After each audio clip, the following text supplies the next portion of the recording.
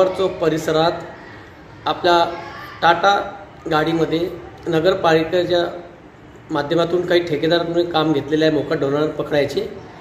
ते पकडण्यासंदर्भात आम्ही फोन आला की बा तिथं गोराली जोरात वळत आहे, निर्दयीने कुर्तीने ते लोक धरून नेत आहे, ते रक्तबंबाळ झालेला आहे बैल, तुम्ही लवकर या। मी तिथं पोचलो 11:03 तिथं पोचला तर ते सगळी घटना हकीकत पाहिली।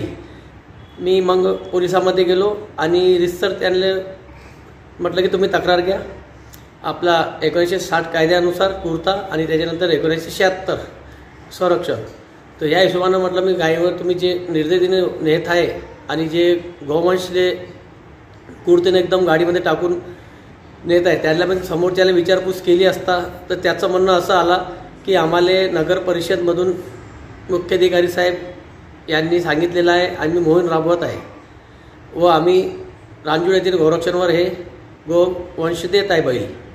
मग मी शहानिशा केली असता तिथल्या गोरक्षणवरच्या कर्मचाऱ्याला कॉल करून माहिती घेतली सविस्तर। तर त्यांनी माहिती अशी दिली की त्यांनी तो बैल आणला, सदर बैल गोरक्षणच्या बाहेरच उतरून दिला आणि तो बैल लोकांच्या अंगावर मारायला येत आहे आणि कावरबावर व्हायला आहे।